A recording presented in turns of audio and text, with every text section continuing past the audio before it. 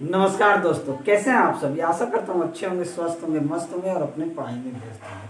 तो चलिए स्वागत करता हूँ आप सभी का अपना यूट्यूब चैनल मैथ अड्डा सारण में। फिर मैं हाजिर हो गया एक नया सेशन लेके। दी प्लेटफॉर्म का जो वॉल्यूम 4 है, दी प्लेटफॉर्म का वॉल्यूम 4 का मैथ का सेट नंबर 9 करने वाले हैं। तो चलिए, अगर आप हमारे चैनल पर नए हैं तो चैनल को सब्सक्राइब कर लीजिए, साथ ही साथ बेल आइकन को दबा लीजिए ताकि हम कोई भी वीडियो अपलोड करें उसका नोटिफिकेशन आपको मिलता रहे। अगर आपने सेट 8 तक नहीं देखा है तो प्लेलिस्ट बना हुआ, आप वहां से जाके देख सकते हैं। और आप सभी से हाथ जोड़ के माफ़ी मांगता हूँ क्योंकि ये वीडियो डिले हो जा रहा है। इसके पीछे एक रीज़न है, मेरे पिताजी का तबीयत सही नहीं, उनका ऑपरेशन हुआ था और उस ऑपरेशन में इन्फेक्शन हो गया उनको, जिसके कारण बहुत डिले हो जा रहा है और मैं बहुत परेशान रह रहा हूँ। लेकिन क्या करूँ, जैसे ही समय मिलता है 2-4 दिन फिर पटना में हमको रुकना पड़ गया था। तो अभी समय आया, कल ही आया हूँ, तो आज वीडियो आपके लिए बना दिया हूँ। तो चलिए थोड़ा सा मेरे अपने इस भाई को समझिएगा और बिना टाइम वेस्ट के क्लास को हम शुरू करते हैं। सीधे आज के पहले क्वेश्चन पे हम आते हैं। आज का पहला क्वेश्चन है कि साधारण ब्याज पर 4 वर्षों में एक धनराशि में 40% की वृद्धि हो जाती है। समान ब्याज दर पर 2 वर्षों के बाद 48,500 रुपया पर अर्जित चक्रवृद्धि ब्याज ज्ञात करना है। बात को समझिएगा, साधारण ब्याज की बात कर रहा है। ये पहला क्वेश्चन है। मूलधन हमको गिवन नहीं दिया, डायरेक्ट कर रहा है धनराशि में 40% की वृद्धि होती है। धनराशि जो होता है, अगर हम कहें कि प्रिंसिपल 100 रुपया है तो अमाउंट में 40% का वृद्धि मतलब कि 40 रुपया बढ़ जाना ही होगा। अगर हमने प्रिंसिपल को 100 रुपया मान लिया तो हमारा अमाउंट अगर 40% बढ़ता है यानी कि अमाउंट कितना हो जाएगा, 140 रुपया हो जाएगा। अब कह रहे समय की बात की है तो समय जो है, समय यहाँ कितना है, 2 वर्ष है। थोड़ा सा बोर्ड गीला है, ठीक है। समय जो है 2 वर्ष है, यहाँ लिख देते हैं। समय जो है 2 वर्ष है। समय कितना है, 2 वर्ष है। तो सबसे पहले हमें रेट निकालना पड़ेगा। क्या निकालना पड़ेगा, रेट निकालना पड़ेगा कि इस पे रेट हमारा कितना आ रहा है। तो अमाउंट सिंपल जो इंटरेस्ट होता है वो क्या होता है, PRT अपॉन 100 होता है। अगर आप कहिएगा रेट निकालने के लिए तो आप कहिएगा SI गुना 100 अपॉन क्या हो जाएगा, P इंटू T। अब देखिए, धनराशि में 40% की वृद्धि होती है और समान ब्याज दर पर 2 वर्षों के बाद 48,500 पर अर्जित जो है चक्रवृद्धि ब्याज आपको निकालना है। तो सिंपल इंटरेस्ट यहाँ पे कितना हो जा रहा है, 100 से कितना हो जा रहा है, 40 हो जा रहा है। सिंपल इंटरेस्ट कितना आ गया, 40 रुपया। तो यहाँ से रेट नहीं निकाल देंगे, तो रेट आ जाएगा 40 गुना 100 बटा प्रिंसिपल कितना है, 100 रुपया। लेकिन टाइम जो है साधारण ब्याज पर टाइम जो है 4 वर्ष का है। ये चक्रवृद्धि ब्याज पर 2 वर्ष, इसको मिटा देते हैं। साधारण ब्याज पर 4 वर्ष के बाद कर रहा है तो 100 से 100 कट गया, 4 से 10 कट जाएगा 40 बार में, यानी कि रेट आपके पास कितना निकल के आ गया, 10% रेट निकल के आ गया। जब 10% रेट निकल के आ गया तो 2 वर्षों के बाद 48,500 पर अर्जित चक्रवृद्धि ब्याज क्या आ जाएगा। अब रेट 10% है।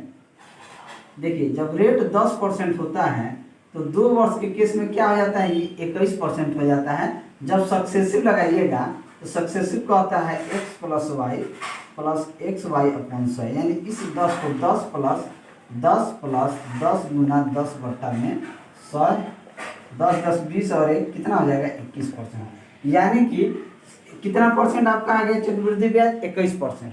अब 48,500 का डायरेक्ट 21% निकाल दीजिए, यानी कि 21/100, 2 जीरो से 2 जीरो कट जाएगा। 21 को 5 से गुना कीजिएगा, यूनिट डिजिशन निकलेगा, नहीं निकलेगा, यानी कि 10,185 रुपया के आसपास आ जाएगा।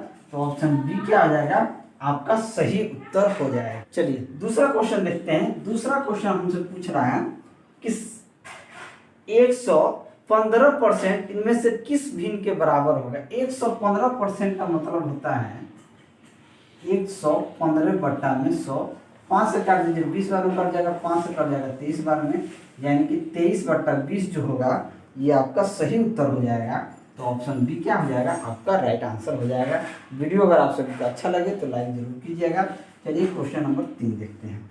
क्वेश्चन नंबर 3 कहता है निम्नलिखित विभिन्न मानों की माध्यिका ज्ञात कीजिए। माध्यिका भिन्न आपको दिया है a+4 a -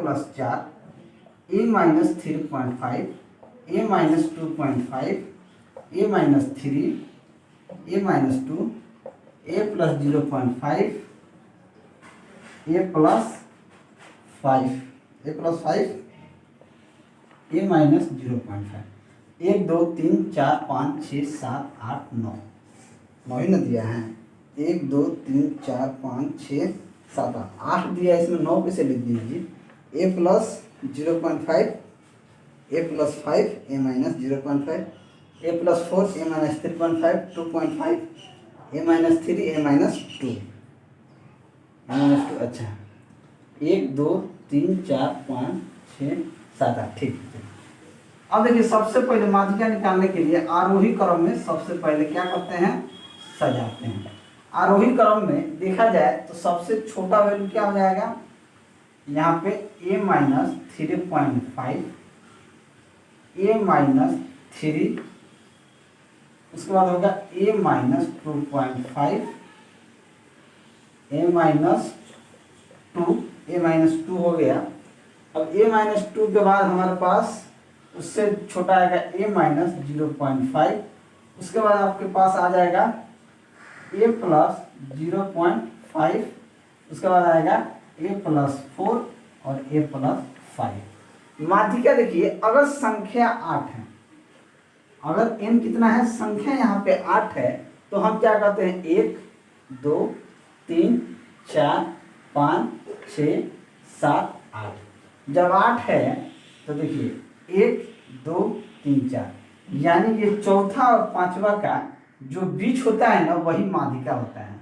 तो हम माध्यिका क्या करते हैं, चौथा टर्म प्लस पांचवा fourth term plus fifth term बट्टा जो 2 होगा वही आपका माध्यिका हो जाएगा। तो हम लिख सकते हैं a minus 2 plus a minus 0.5 बट्टे में 2, यानी a कितना हो जाएगा 2a माइनस 2.5 बट्टे में 2, यहाँ से 2 कॉमन लेंगे तो क्या बच जाएगा a माइनस 1.25 बट्टे में 2, तो ये 2 कट जाएगा, यानी कि a माइनस 1.25 क्या हो जाएगा, हमारी माध्यिका जो होगा a माइनस 1.25 हो जाएगा, जो कि ऑप्शन बी में है। तो ऑप्शन बी क्या हो जाएगा, आपका सही उत्तर हो जाएगा। चलिए अगला क्वेश्चन देखते हैं, क्वेश्चन नंबर 4। क्वेश्चन नंबर 4 कहता है कि एक कपड़े के वर्गाकार टुकड़े का क्षेत्रफल 841 सेंटीमीटर स्क्वायर है, तो इसके प्रत्येक विकर्ण की लंबाई कितनी होगी। एक वर्गाकार वर्ग क्या होता है, जिसकी चारों भुजा आपस में बराबर होती है, बात को समझिएगा, यानी ये ए, इसका जो विकर्ण होता है ये क्या होता है, √2a होता है। अब देखिए प्रश्न कह रहा है वर्ग का क्षेत्रफल 841 सेंटीमीटर, यानी ये a स्क्वायर वर्ग का क्षेत्रफल क्या होता है, भुजा का स्क्वायर होता है।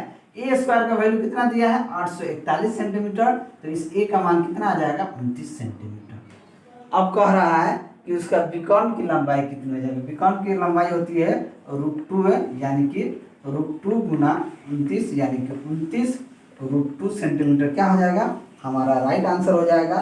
तो option C is the right answer हो जाएगा। चलिए क्वेश्चन नंबर 5 देखते हैं। क्वेश्चन नंबर 5 कहता है कि किसी बॉक्स में 25 पैसे और 10 पैसे के सिक्के 6:5 के अनुपात में रखे हैं, जिनकी धनराशि जो है 226 रुपया है, तो 10 पैसे के सिक्कों की संख्या क्या होगी, ये हमसे पूछ रहा है। बात को समझिएगा। पैसे की बात, एक तो 25 पैसे का है, दूसरा कितना है 10 पैसे का है, किस अनुपात में है तो 6:50। टोटल पैसा देखा जाए तो 25 × 150 पैसा हो जाएगा, ये आपका 50 पैसा हो जाएगा।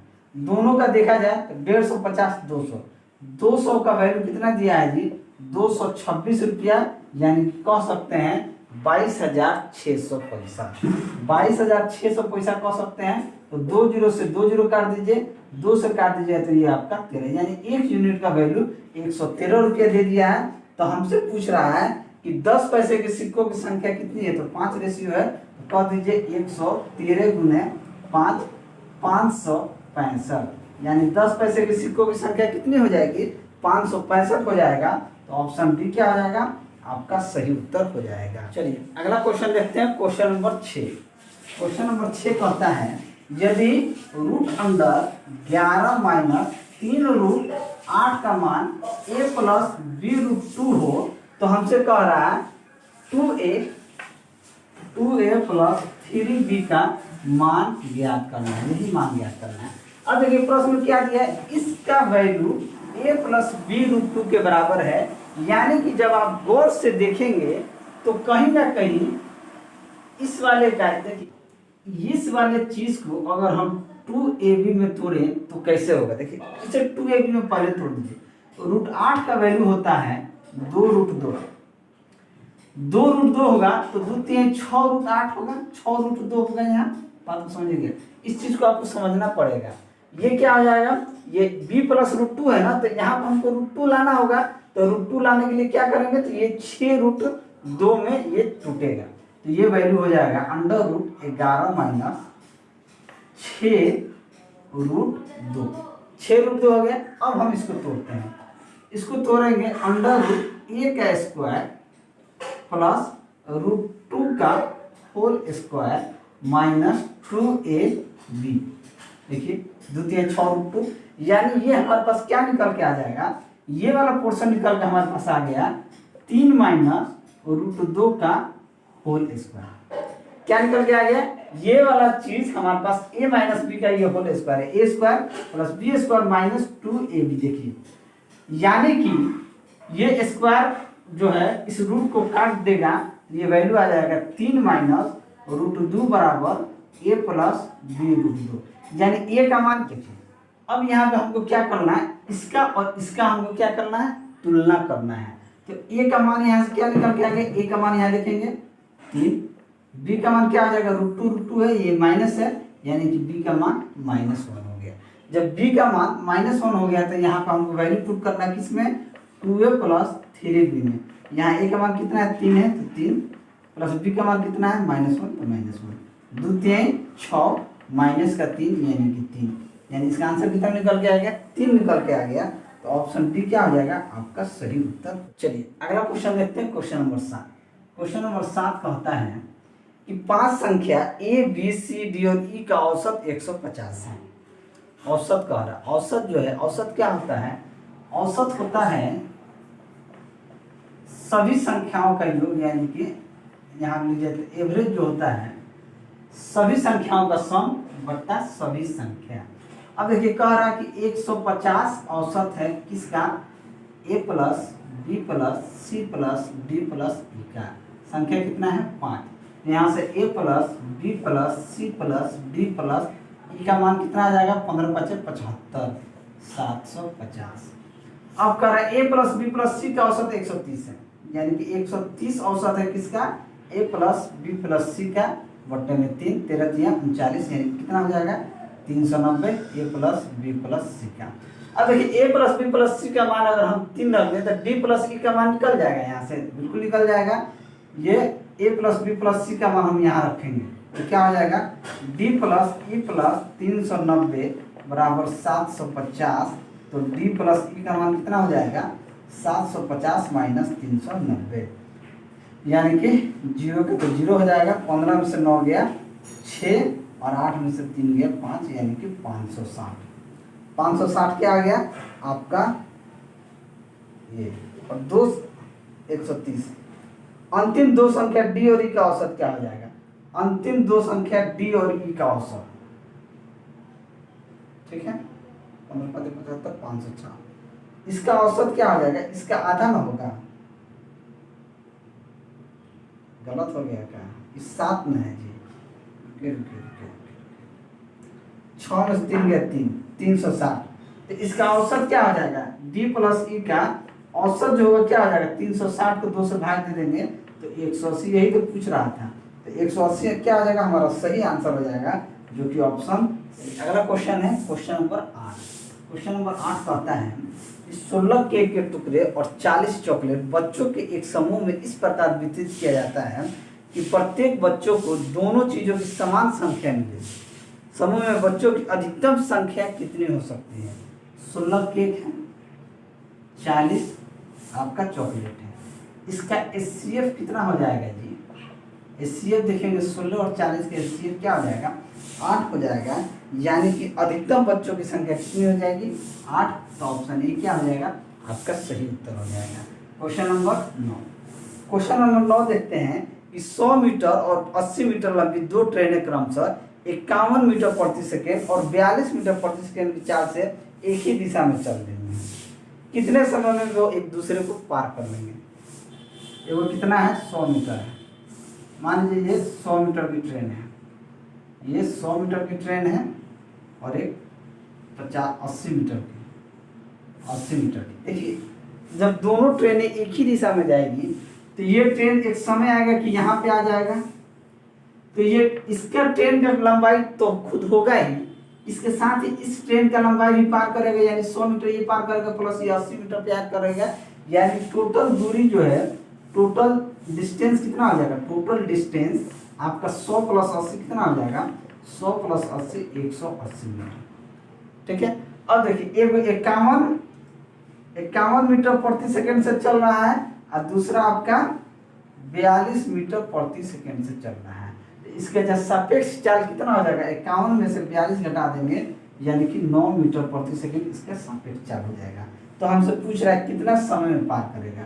समय बराबर क्या होता है? समय बराबर होता है दूरी बट्टे में चाल। दूरी कितना हो गया? 180 मीटर। किस चाल से चल रहा है? 9। तो ये 20 सेकेंड में क्या करेगा? 20 सेकेंड में ये वाला ट्रेन इसको क्या कर देगा? पार कर देगा। तो ऑप्शन बी जो होगा वो आपका सही उत्तर हो जाएगा। चलिए अगला क्वेश्चन देखते हैं, क्वेश्चन नंबर 10। क्वेश्चन नंबर 10 कहता है कि ए, बी, सी और सी की कार्य दक्षता जो है 4:3:7 के अनुपात में है।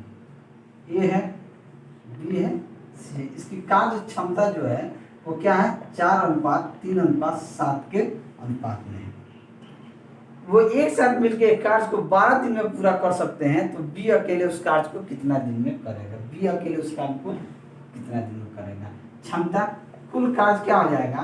क्षमता कुल कार्य जो होता है वो होता है क्षमता गुना समय। 4 3 7 7 14 के एफिशिएंसी से काम करेगा 12 दिन में। तो कह रहा है कि बी को कितना समय लगेगा? तो 14 गुना 12/3, 3 चौके 12, 14 चौके 56, यानी बी को कार्य करने में कितना दिन समय लग जाएगा? 56 दिन का समय लगेगा। तो ऑप्शन सी क्या हो जाएगा? चलिए अगला क्वेश्चन देखते हैं, क्वेश्चन नंबर 11। क्वेश्चन नंबर 11 कहता है कि 127 गुना 137 गुना 413 गुना 291 गुना 342 गुना 533 गुना 342 के गुणनफल का इकाई स्थान क्या होगा? यूनिट डिजिट पूछ रहा है।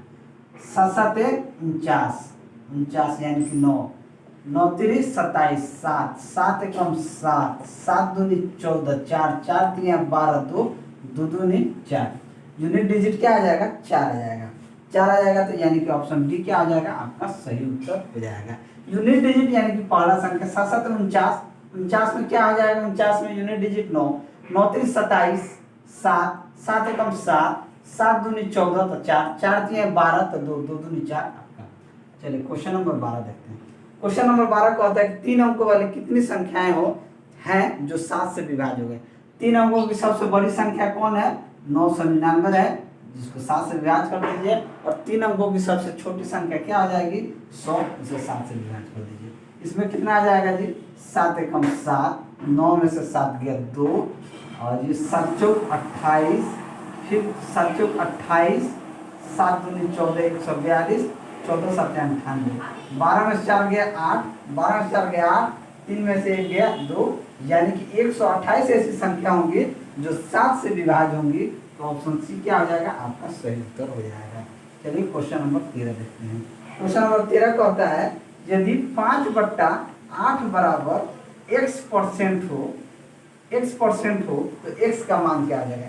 x% का मतलब होता है x बट्टे में 100। क्या होता है? x बट्टे में 100। यहाँ से x का मान क्या हो जाएगा? 100 गुना 5 बट्टे में 8। क्या हो जाएगा? 100 गुना 5 बट्टे में 8। तो हम कह सकते हैं ये कट जाएगा 12.5 बार में, 12.5 बार में। और 5 25 के 5 हाथ में 2, 5 दूनी 10 दोबारा के 2 हाथ में 1, हाथ में 1, 5 में 5 1 6, यानी कि 62.5 हो जाएगा। तो ऑप्शन क्या होगा? ऑप्शन ए आपका सही उत्तर हो जाएगा। चलिए अगला क्वेश्चन देखते हैं, क्वेश्चन नंबर 14। क्वेश्चन नंबर 14 कहता है कि एक पंसारी द्वारा 72 रुपया और 96 रुपया प्रति किलोग्राम के मूल्य वाली दालों की 2 किस्में को किस अनुपात में मिलाया जाना चाहिए ताकि 83 रुपया किलोग्राम का मिश्रण प्राप्त किया जा सके। इस तरह के प्रश्न को हम एलिगेशन मेथड से निकालते हैं। एक तो 72 रुपया किलो है, दूसरा 96 रुपया किलो है, इसे मिला के 83 रुपया किलो में बेच दीजिए। ये कितना हो जाएगा, ये आपका 96 में से 83 जाएगा 13 और 83 में से 72 जाएगा आपका 11, यानी इसे 13:11 ही कह सकते हैं। 13:11 ही में मिलाना होगा। 13:11 यानी कि ऑप्शन डी क्या हो जाएगा, आपका सही उत्तर हो जाएगा। चलिए क्वेश्चन नंबर 15 देखते हैं। क्वेश्चन नंबर 15 कहता है यदि ABCD एक चक्रीय चतुर्भुज है जिसमें कोण A 4x डिग्री, कोण B 7 डिग्री, कोण C 5y डिग्री, कोण D y डिग्री, तो x और y का मान क्या है। चक्रीय चतुर्भुज के इस तरीके से मान लीजिए चतुर्भुज है, थोड़ा सा सही से नहीं बन पाया है।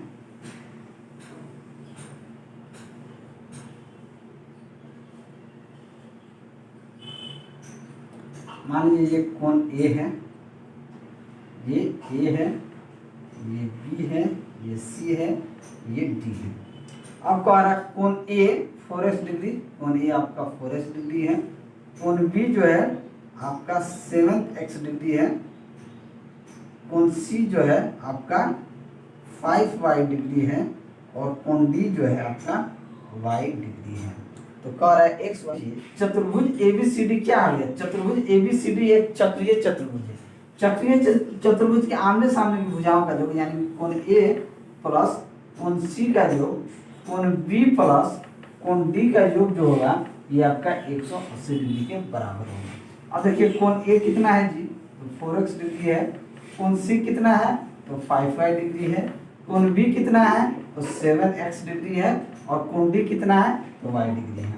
अब 7x को तो 4x को उधर भेजेंगे, y को इधर लेंगे, तो ये हो जाएगा 5y माइनस y बराबर 7x माइनस का 4x। तो 5 में से y गया कितना 4y बराबर 4 में से 7 में से 4 गया 3x। ठीक है, तो x और y अनुपात पूछ रहा है। x और y करेंगे तो ये क्या हो जाएगा 4/3 बराबर x बट्टे में y। x y इधर चला जाएगा, इधर चला जाएगा, y को इधर भेज देंगे तो x बट्टे y आ जाएगा, 3 को इधर लेंगे तो 4/3। तो x और y का अनुपात क्या निकल के आ गया 4:3। तो हमारा आंसर क्या हो जाएगा 4:3 जो होगा वो हमारा सही उत्तर हो जाएगा। तो option B is the right answer हो जाएगा। अगला क्वेश्चन देखते हैं, क्वेश्चन नंबर 16। क्वेश्चन नंबर 16 कहता है कि 2 sin 30 degree plus 5 cos 60 degree plus 3 sin 180 degree का मान कहना है। sin 30 डिग्री का मान क्या होता है 1/2 और 60 डिग्री का मान भी होता है 1/2। sin 180 डिग्री का मान 0 होता है, तो ये क्या हो जाएगा 0 हो जाएगा, तो इसको हटा दीजिए। ये हो जाएगा 2 से 2 1 प्लस 5/2 यानी कह सकते हैं 2 कम 2 5 7/2। 7/2 यानी कि ऑप्शन सी क्या हो जाएगा आपका सही उत्तर हो जाएगा। चलिए क्वेश्चन नंबर 17 कहता है एक पुस्तक का मूल्य पहले 25% बढ़ाया गया और फिर उसे 20% कम कर दिया गया, इसके वास्तविक मूल्य में कितना मूल्य में होने वाला परिवर्तन क्या आ जाए। देखिए बात सिंपल दो तरीके या तो इसे सक्सेसिव लगा के कर सकते हैं, नहीं तो 25% बढ़ाया गया। 25% का मतलब होता है कि 25/100 यानी कि 1/4। पहले 4 रुपया था, बढ़ा के 5 रुपया कर दिया गया। दूसरे में क्या 20% कम किया गया। 20% का मतलब होता है 1/5 यानी पहले 5 था अब 4 कर दिया गया। अंतर कितना हो गया 4 5 20, 4 5 20। कोई परिवर्तन जो है यहाँ पे नहीं हुआ, कोई परिवर्तन नहीं होगा, तो ऑप्शन डी क्या हो जाएगा आपका सही उत्तर हो जाएगा। चलिए अगला प्रश्न क्वेश्चन नंबर 18। क्वेश्चन नंबर 18 कहता है 95 से पूरी तरह विभाज्य होने वाले 5 अंकों की अधिकतम कौन सी संख्या हो सकती है। जो 95 से 5 अंकों की सबसे बड़ी संख्या 1 2 3 4 5 9 होगा। एक बार में काटिए 95 एकम 95, 9 में से 5 गया 4, 9 में से 5 गया 4, ये 9 उतरा नहीं जाएगा 0 दीजिए, तो एक जीरो बढ़ाएंगे तो ये आपका 9 यहाँ आएगा। फिर कितना बार में जाएगा 5 बार में, 5 4 25 के 5 हाथ में 2, 9 5 45 2 47, 9 में से 5 गया 2, सब 9 में से 5 गया 4, और 9 है 7 गया 2। अब ये कौन उतरेगा, ये 9 उतरेगा। अब ये 9 उतरेगा, ये कितना बार में जा सकता है, 2 बार में ही जाएगा। 2 5 10 के 0, हाथ में 1, 2 18 1 19 यानी कि 190। ये हो गया 9, 14 में से 9 गया 5 यानी कि 59। यानी कि 99,999 में से 59 घटा दीजिएगा ना तो वो संख्या क्या हो जाएगी, 9 से विभाज्य हो जाएगी। तो 9 से 9 गया 0, 9 से 5 गया 4। यानी कह सकते हैं 99,940 जो संख्या होगी वो 95 से पूरी क्या हो जाएगी, विभाज्य हो जाएगी। तो ऑप्शन सी क्या हो जाएगा, आपका सही उत्तर है। अगला क्वेश्चन देखते हैं, क्वेश्चन नंबर 19। क्वेश्चन नंबर 19 कहता है कि दिए गए पाई चार्ट में यदि 300 खिलाड़ियों द्वारा 5 अलग अलग खेलों का चयन किया गया तो खिलाड़ियों ने बॉक्सिंग का चयन किया। बॉक्सिंग का चयन किया, यहाँ पे जब आप देखेंगे तो 25%, 15%, 20%, 25%। बॉक्सिंग वाला कौन होगा, बॉक्सिंग वाला जो होगा वो आपका कितना हो जाएगा, बॉक्सिंग वाला नहीं शो कर रहा है। तो बॉक्सिंग खेलने वाले कितना हो जाएंगे, 25 25 50, 50 में 70 10 75, यानी कि नहीं 25 और 50 में 70 10 85, 100 में से 85 घटा देंगे तो 15% जो है ये बॉक्सिंग खेलते हैं। कितने खिलाड़ी में से, तो 300 का 15% कितना हो जाएगा जी, 300 का 15% हो जाएगा 45, यानी सिर्फ कितना खेलते हैं, तो 45 खिलाड़ी जो है बॉक्सिंग खेलते हैं। तो ऑप्शन सी क्या हो जाएगा, आपका सही उत्तर हो जाएगा। चलिए क्वेश्चन नंबर 20 देखते हैं। क्वेश्चन नंबर 20 कहता है n भुजा वाले एक बहुभुज के विकर्णों की कुल संख्या 27 है, तो n का मान ज्ञात कीजिए। विकर्णों की संख्या कैसे निकालते हैं, विकर्णों की संख्या बराबर होता है n इंटू n माइनस 3/2, क्योंकि कितना है 27 है। तो 27 बराबर n इंटू n माइनस 3/2। तो यहाँ से ये इधर आके 54 हो जाएगा, 27 गुना 54 n इंटू n माइनस 3। अब n की जगह देखिए इसे 9 गुना 6 लिख सकते हैं, तो ये आपका 9 हो जाएगा, 9 से 3 गया 6 54, यानी n का जो मान आपका निकल के आ गया 9 आ गया। कितना हो जाएगा, n का मान 9 आ जाएगा। तो ऑप्शन ए क्या हो जाएगा, आपका सही। अगला क्वेश्चन देखते हैं, क्वेश्चन नंबर 21। क्वेश्चन नंबर 21 कह रहा है कि नीचे दिए गए ग्राफ में 7 महीनों की अवधि के दौरान बेची गई बाइकों की संख्या को दर्शाया गया है। ग्राफ का अवलोकन करें और उसके आधार पर दिए गए प्रश्न का उत्तर दें। नीचे दिए गए महीनों में से किस महीने में बिक्री जनवरी से जुलाई की अवधि के दौरान हुई औसत बिक्री के लगभग बराबर थी। सबसे पहले औसत निकालेंगे। औसत क्या होता है, औसत होता है सभी संख्याओं का योग बट्टा सभी संख्या। अब देखेंगे जनवरी में कितना बेचाया है जी, तो 200, फरवरी में 300, मार्च में 100, अप्रैल में 200, मई में 400, जून में 500, जुलाई में 600। कितना हो गया, 1 2 3 4 5 6 7 बट्टे 7। जोड़ दीजिए 2 3 5, 5 1 6, 6 2 8, 8 4 12, 5 17 6, 2300। 2300 डिवाइडेड बाई 7 कितना हो जाएगा, 7 तिरिके 21, 3 में से 1 गया 2, 7 दूनी 14, 14 6 7 8 56, 328 के आसपास। हमसे पूछा है कि ग्राफ का अवलोकन के आधार पर औसत बिक्री लगभग किसके बराबर थी। तो हम कह सकते हैं कि फरवरी जो है ये 300 का था, तो ये फरवरी के बराबर है। किसके बराबर हो जाएगा, तो ये फरवरी के बराबर हो जाएगा। तो ऑप्शन ए क्या हो जाएगा, आपका सही उत्तर हो जाएगा। चलिए क्वेश्चन नंबर 22 देखते हैं। क्वेश्चन नंबर 22 कहता है यदि सूर्य का उन्नयन कोण 45 डिग्री से घटकर 30 डिग्री हो जाता है तो एक खंभे की छाया 60 मीटर बढ़ जाती है, तो खंभे की ऊंचाई ज्ञात कीजिए। पहले कितना था, 45 डिग्री, उसके बाद कितना हो गया, 30 डिग्री। बात को समझिएगा, ये आपका 45 डिग्री ये होगा, तो ये भी क्या होगा 45 डिग्री। जब ये 30 डिग्री होगा तो ये पूरा कितना हो जाएगा, 60 डिग्री। मान लीजिए ये ए है, बी है, इसे सी कह दें तो इसे डी कह दें। बात को समझिएगा। देखिए क्या होता है, जब त्रिभुज ये 45 डिग्री होता है, ये 45 डिग्री होता है, ये 9, तो 45 डिग्री के सामने क्या होता है, 1 होता है। ये भी 45 डिग्री के सामने क्या होता है, 1 होता है। यानी अगर यहाँ से देखें तो यहाँ 1 होगा तो यहाँ भी 1 होगा। लेकिन सेम चीज़ देखिए क्या होता है, अगर ये 30 डिग्री है, ये 60 डिग्री है, तो 30 डिग्री के सामने क्या होता है, 1 होता है। तो 30 डिग्री के सामने ये होता है, तो 60 डिग्री के सामने क्या होता है, √3 होता है। क्या होता है, √3 होता है। ये 60 डिग्री के सामने क्या हो जाएगा, यहाँ से यहाँ तक क्या हो जाएगा, √3 हो जाएगा। जब यहाँ से यहाँ तक √3 होगा तो ये वाला वैल्यू कितना हो जाएगा, √3 - 1, यानी कि इसमें से ये वाला घटा देंगे तो इतना आ जाएगा, ये √3 - 1। अब यही बढ़ रहा है 45 डिग्री से, ये बढ़ रहा है, यानी कि √3 - 1 का वैल्यू कितना बढ़ रहा है, 60। तो 1 का वैल्यू कितना हो जाएगा, 60 बटा √3 - 1, यानी इस 1 का वैल्यू। अब देखिए इसका क्या करेंगे, अब √3 - नीचे है तो हर परिमेयकरण करेंगे, ऊपर नीचे √3 + 1 बटा √3 + 1 से भाग कर देंगे, गुना कर देंगे, तो ये क्या आ जाएगा हमारे पास 60। ऊपर तो √3 + 1 रहेगा ही, ये होता है a + b × a - b, यानी a² - का b²। तो √3 का स्क्वायर 3 हो जाएगा, ये 1 3 में से 1 जाएगा, कितना हो जाएगा 2, 2 से 60 कट जाएगा 30 बार में, यानी ये निकल के आ जाएगा 30 × √3 + 1। कितना हो जाएगा, 30 × √3 + 1 इज द राइट आंसर। तो ऑप्शन सी जो होगा वो आपका सही उत्तर हो जाएगा। अगला क्वेश्चन देखते हैं, क्वेश्चन नंबर 23। क्वेश्चन नंबर 23 कहता है कि एक त्रिभुज की भुजाओं के मध्य बिंदुओं के निर्देशांक 4, 2, 3, 3 और 2, 2 है, तब इस त्रिभुज के केंद्रक के निर्देशांक क्या हो जाएंगे। एक त्रिभुज है, ठीक है, इसके मध्य बिंदु, इसके मध्य बिंदु, इसके मध्य बिंदु को मिलाया जाता है,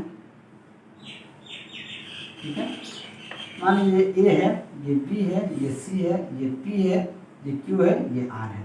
तो यहाँ पे कितना है, 4, 2, क्यू 3, 3, आर 2, 2।